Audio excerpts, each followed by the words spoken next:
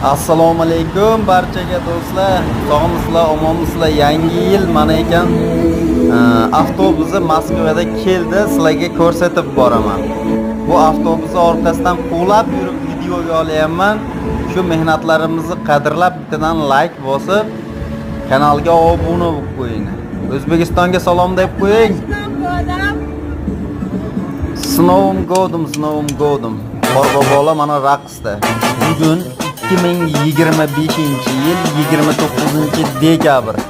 Hamma mazza qilib mana yangi yil kelishidan oldin o'sha yangi yilni boshlab yuborishdi.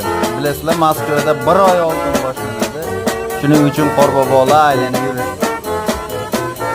Moskvada bilasizlar, hamma yerda kayfiyatni ko'tarish uchun shunaqa qorbobolar borib, shu sentralni joylarda to'xtab, har bir shunaqa mana pamutnilarning oldida, sentralni odam to'planadigan joylarda shunaqa bayram uyushtirib aylanib yurishadi. Shu yangi yilga bir hafta qolganda hamma yerda shunaqa aylanib, hammani kayfiyatini ko'tarib yurishadi. Mana o'sha yo'lga chiqib ketishdi yana boshqa joyga.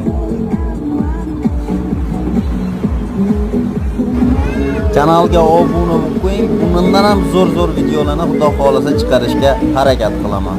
Sog' bo'linglar, salomat bo'ling.